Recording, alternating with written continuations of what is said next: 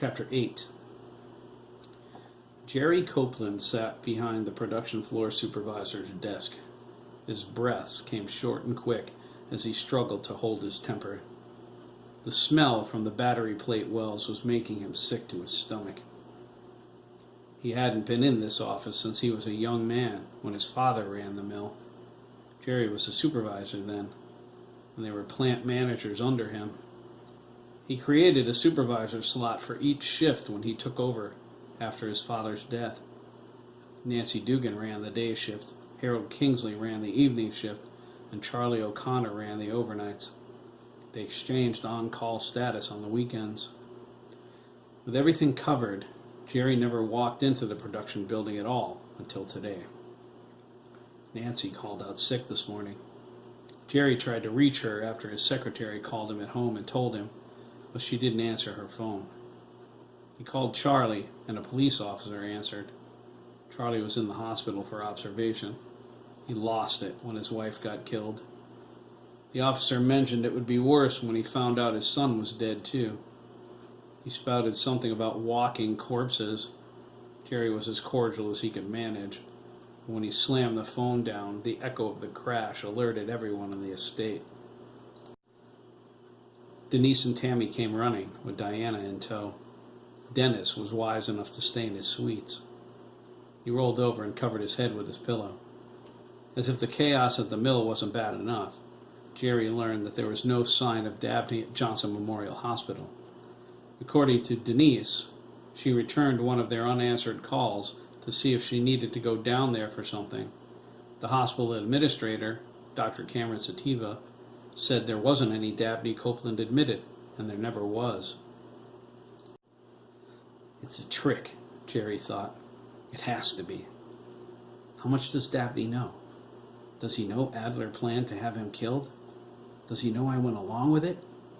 God, I hate this. He wanted to slam his fist down on the desk, but he didn't. No need to draw the employees' attention. Peons. I hate every one of them. Only not as much as Dabney. Jesus, why can't he go away? He ground his teeth. But he won't, will he? He'll plague me until the day I die. When he finds out I cut him out of my will, he'll sue the family. Why, God? Why curse me with this preening, prissy, selfish, walking, emotional problem sissy? Huh? Why? He bit his lower lip. It has to be a cosmic joke. The hell with him, Jerry whispered, wiping sweat from his brow with a handkerchief. It disappeared into his breast pocket. The queer. Jerry needed everything in order. He was the only child of Garfield Copeland III. He grew up shouldering the responsibility the position demanded. He was tough, ambitious, cunning, everything his father needed him to be. Jerry exercised the aspects of his personality that didn't measure up to his father's expectations. He went at everything in life with an insatiable hunger, from his education to his greedy desire for wealth. Garfield respected that, and on many occasions told him so. There's a fine line between a man and a bum, Gerald, Garfield said one afternoon when Jerry was 10. They were walking in the greenhouse. He had his large hand on Jerry's shoulder. He puffed his cigar through his thick salt and pepper beard while he waited for Jerry to nod. When he did, Garfield continued, You're my legacy, boy. You have drive. I like that. You're greedy, and that's good too. It means you'll do anything to protect what's yours. You're all I have, and all I've ever wanted. He looked down at his son sternly. You're not a queer, are you? He made a face. No, Father, Jerry replied, throwing his chest out.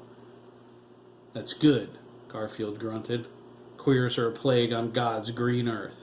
Remember that, boy. I will, Jerry promised. I'll hold you to that, Garfield said. Any man can achieve greatness, Gerald, regardless of his social status.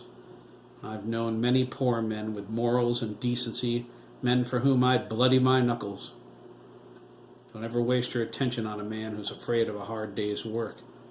I won't, Jerry exclaimed. I won't ever. Be strict with your family and your employees, Garfield insisted. He waved his finger as if chastising some invisible layabout. Expect from them exactly what you give them, and you'll go far in this world. There are two things you should never tolerate. What's that, Father? Jerry asked, looking up. Bums and queers, Garfield grumbled. They're a plague on mankind. The memory faded. Jerry closed his eyes, trying to draw strength from his father's spirit. He believed Garfield lived in his soul. He had to be in there somewhere to overwhelm him so completely as a child. Jerry welcomed it. He was weak when he was little, uncoordinated in sports and desperate in matters of physical prowess. He was a sissy, like Dabney, although he would never admit it. It was something he got rid of when he was young for fear of losing his father's respect. Why can't Dabney do the same thing? Damn that kid.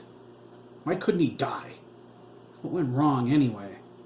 Adler certainly had the power to rid me of him. I saw it with my own eyes. Why isn't he dead? Dabney was always screwing things up, like the future, for example. Jerry was as anal retentive as a person could be.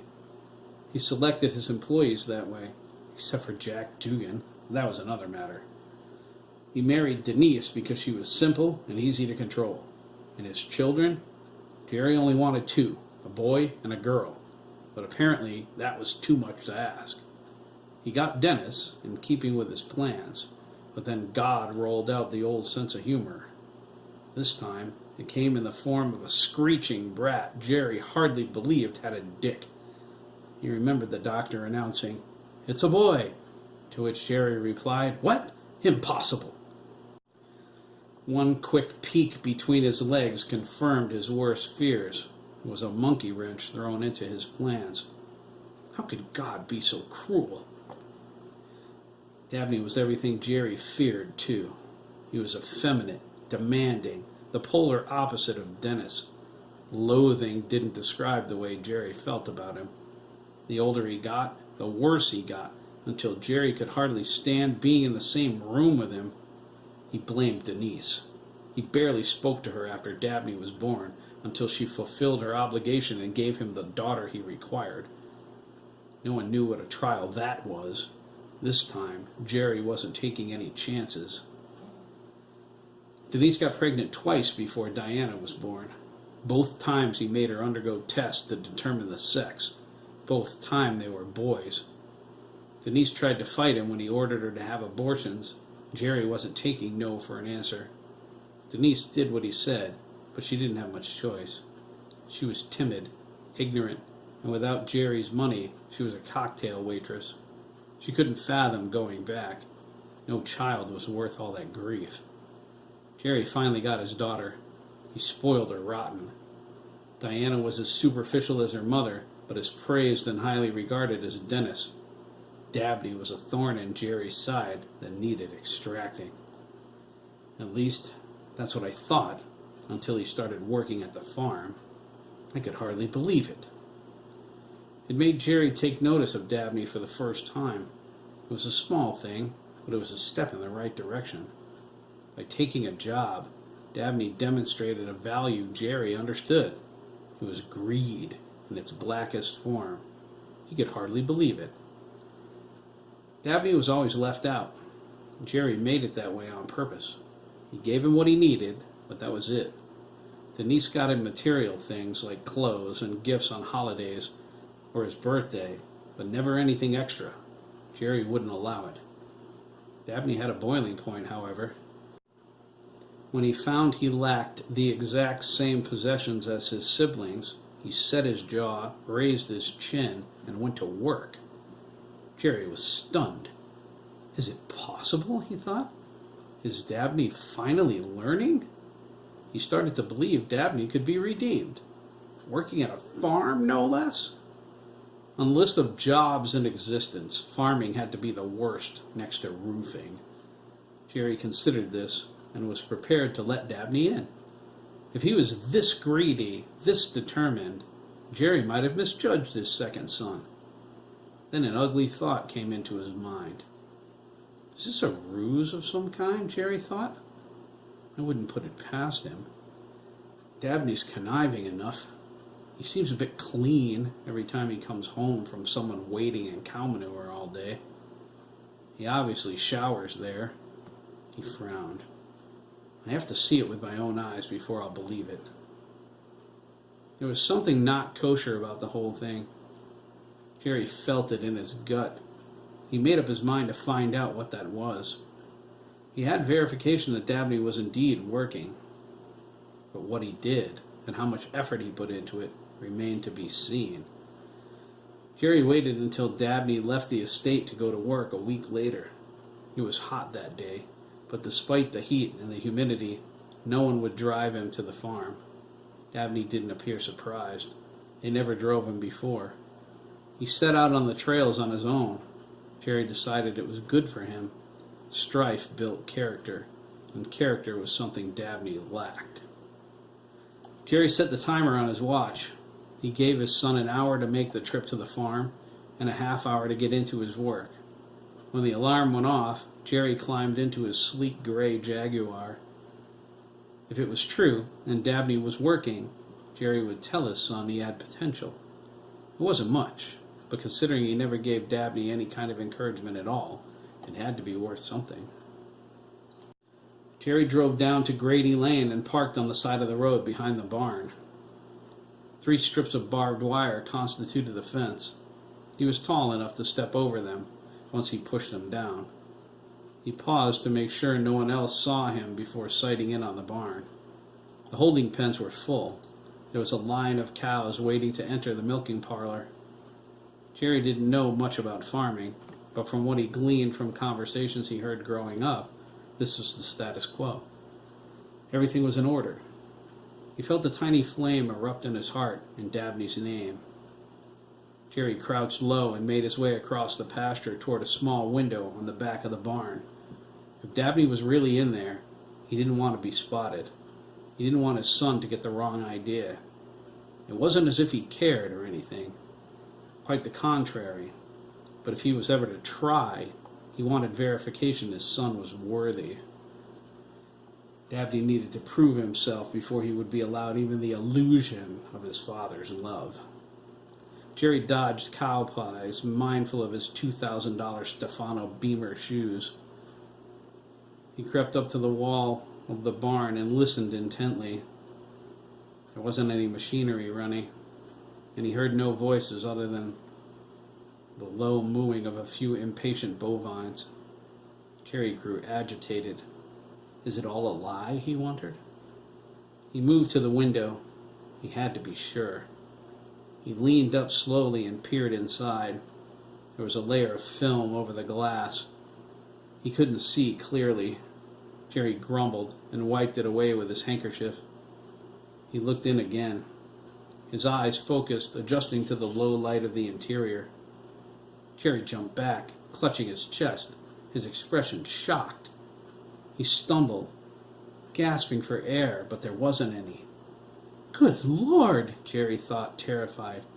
Dabney! Jerry ran to his Jaguar. He lurched over and vomited 2 steps before reaching the car. He wiped his face with his handkerchief and vomited again. He reached out for the Jaguar's roof. His knees buckled and his stomach wrenched into a tight knot. His hands shook and his vision blurred, but then a rush of outrage charged through him. Jerry whipped the Jaguar's door open. It swung out and back, catching him behind the legs. Jerry glared at it insanely and kicked it. He wasn't as careful coming back to the car as he was going to the barn. There was manure all over his shoes. When he kicked the door, it splattered on the inside panel. Jerry's eyes bulged. You! He dove across the driver's seat and flipped open the glove compartment. There was a glistening black .38 special pistol inside. It was untraceable. Jerry kept it just in case some smart-ass employee tried to jump him in the parking lot. It was paranoid, but Jerry wasn't known for his good nature or judgment. There were plenty of people who hated him. It was necessary to take precautions. But right now, the pistol had a different purpose. Milliken, you scumbag, Jerry thought, his mind racing. You dirty perverted. His heart pounded. He felt his pulse slamming at his neck as he turned back to the barn. You're dead, you sick bastard. Touch my son, will you? You're so dead it isn't... Jerry froze. His heart stopped beating as Dabney walked out of the barn. But didn't I just see? Jerry thought. But the farmer was... He swallowed hard. Jesus, tell me this isn't happening. Jerry couldn't believe his eyes. Dabney was tending to the cows now, but... What's going on? Why isn't he running away in horror? Why isn't he fleeing for safety? I'm right here. Why isn't he looking for a weapon to bash in the farmer's head? Harry thought all of this in the space of a split second. He stared blankly at his son. Dabney never noticed him. He shooed the cows into the milking parlor as if nothing happened in that barn. He disappeared at Milliken's summons. Jerry retched twice. He fell against his Jaguar and allowed it to hold him up. It took him a minute to get his bearings, but when he did, the flame in his heart grew to an impossible rage. He threw the pistol back in the glove compartment. He raced the Jaguar's engine and tore away from the farm. He didn't stop, ignoring every light and stop sign until he was in his driveway. Jerry entered his study and slammed the door. It was a clue to everyone in the estate to leave him alone. He was confident no one would cross that line. He paced back and forth, his hands opening and closing, his forehead sweating profusely. Every time he closed his eyes, it was as if what he saw through that window, the farmer sodomizing his son, was burned into his brain. He shook his head, trying to drive it away, but it refused to go. He was only moments away from murder when Dabney came out of that barn as if seconds before the farmer wasn't... Jesus, I can't stand it! Jerry opened the study door and went to his desk. He sat in his chair with his hands folded neatly on top. He kneaded his fingers together and stared into the entranceway. Denise stuck her head in once to see if he was okay. She quickly slipped away, noticing his expression. She warned everyone else. Jerry sat there for nearly 3 hours before the front doors swung open. His legs shook with anxiety as Dabney stepped inside and closed them behind him. Jerry remembered thinking, "Run to me, boy. Throw your arms around me and tell me that prick attacked you. Tell me he took you against your will. Please, give me a reason to go down there and kill him like a cockroach. Tell me, Dabney. Just tell me." "How was your day?" Jerry asked. Dabney was startled. He clutched his chest and turned toward his father's voice. He seemed jumpy and nervous. Dabney began. He looked around to make sure his father was talking to him. "Fine, I guess. How was yours?" "Come in and sit down," Jerry said, gesturing toward the sofa under the window. Dabney came in and sat. "It's not uncomfortable, is it?" Jerry asked. "You're not sore from work? It doesn't hurt when you sit?" "Not at all," Dabney replied. "It was an easy shift." Jerry's eyes narrowed. "So, nothing new?" Dabney shrugged. "Same as every day." Jerry ground his teeth. "Go on about your business," he sneered. Okay, thanks," Dabney managed. His father glared at him like he wanted to rip his face off. "I'll be, in the shower. I feel slimy." Jerry nodded. "I'll bet." Dabney fled his presence. He ground his hands together long after his son was gone. That was the day any feeling Jerry had for him disintegrated. He disowned him in his heart and on paper. He changed his will and liquidated Dabney's trust fund. Jerry kept his college fund intact to avoid a plethora of questions. If Dabney went public with the fact he was disowned, what then? The thought of it made him want to puke all over again. Jerry thrust the memories out of his mind and went back to his paperwork. He didn't want to think about Dabney anymore. He wanted him to dry up and blow away. If Jeremy had a bigger set of balls, he would have killed the little bastard in. "Hey, Pop," Dennis said from the doorway. Jerry jumped back, startled, and nearly fell out of his chair. "Sweet Jesus," he gasped, slamming his fist down on the desk. "Don't do that. You almost gave me a heart attack. Are you trying to kill me?" Dennis grinned. "No way, Pop. That's Dabney." Jerry growled and went back to his work. "What can I do for you, Dennis? I'm busy. 2 of my supervisors are out." "I'm not surprised," Dennis nodded. "Have you been outside? There are cops everywhere." He scrunched up his nose. "It reeks out there, too. You can't escape the stink anywhere in town. It's like burnt animal fur or something." Jerry shook his head, feigning ignorance. "I haven't got a clue. Whatever it is, I'll read about it in the Journal-Inquirer. They'll have everything about it, including pictures." "I guess," Dennis said. He asked, "Do you need any help?" Jerry glared at him and pointed. "Look here, Dennis," he said. "Don't even think about it, you hear me? I don't ever want you in the production department. You're too good for this back-breaking slave work." "I can handle it, Pop," Dennis insisted. Jerry said, "I know you can. That's why you don't need to be here." "Okay," Dennis relented. "Any idea where I can find Dabbs?" Jerry jumped again at the sound of Dabney's name. His pen flew out of his hand and stuck in the office ceiling. Jerry looked up at it. "Geez, you're stressed," Dennis chuckled. "Need one of Mom's Xanax?" "I think not," Jerry said.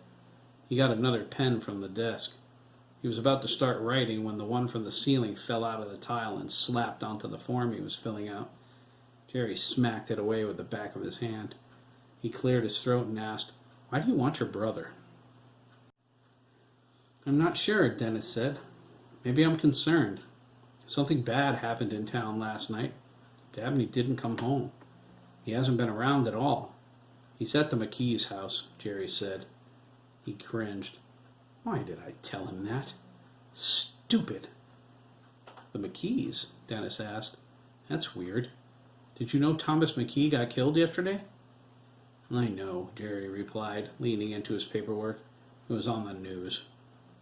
"I wonder why Dabbs didn't come home," Dennis said. "Doesn't seem like the time to be a guest at their house." "Dennis, I have work to do." "Sure, Pop. I'll drive over there and check on him." Jerry looked up. "Why would you want to do that?" He felt an ache of fear in his chest. Dennis leaned over and kissed his cheek.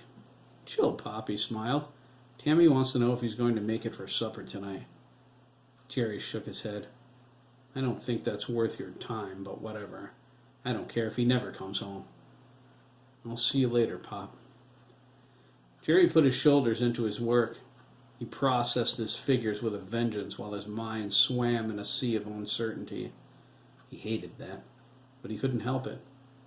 Does Dabney know?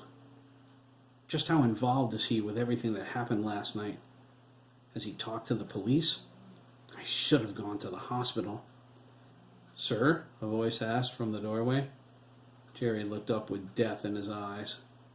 "I think this batch of plates is screwed up," the employee said. He was about 19. Jerry had no idea what his name was. "You should have a look." Jerry pushed the chair back and stood up. What else could go wrong today, he asked, stepping out of the office onto the production floor. His expression caused his employees to give him all kinds of room.